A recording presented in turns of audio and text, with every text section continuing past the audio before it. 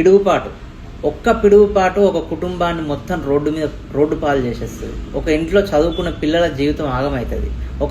ఒక మంచి కుటుంబం బీదరికంలోకి వెళ్ళిపోతుంది. ఒక పిడుగుపాటు. లాస్ట్ 45 రోజులలో 8 మంది రైతులు చనిపోయారు. సో దయచేసి మీరు కొన్ని జాగ్రత్తలు పాటిస్తే చాలా బాగుంటుంది.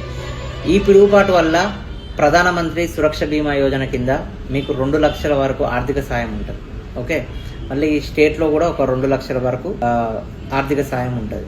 ఇవన్నీ కూడా అంటే ఉపాధి హామీ పథకంలో ఎవరైతే ఉన్నారో వాళ్ళకి.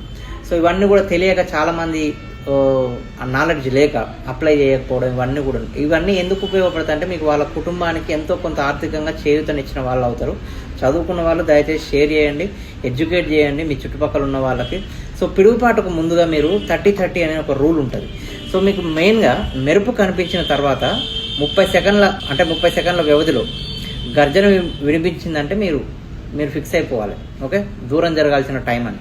సో చివరి గర్జన తర్వాత 30 నిమిషాల వరకు మళ్ళీ బయటికి రాకూడదు.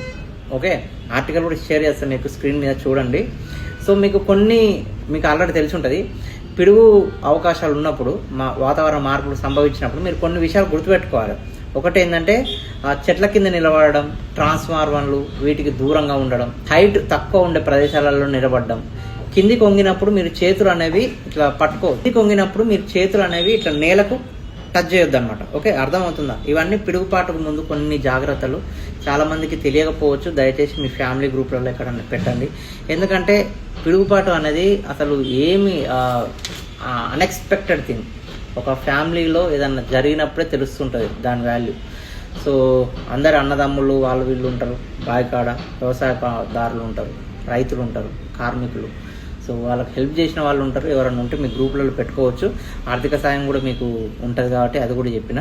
ఆకాశంలో మబ్బులు కమ్ముకుంటే పని ఆపేసి వెళ్ళాలి. ఓకే, ట్రాక్టర్లు వ్యవసాయ పరికరాలకు దూరంగా ఉండాలి, తక్కువ హైట్లో ఉండాలి, చేతులు నేలపై పెట్టకుండా, ఇది అన్నీ చెప్పేసిన already. So please share this. Okay, మీకు ఎవరైతే ఉన్నారో వాళ్ళకి షేర్ చేయండి నియర్ అండ్ డియర్కి.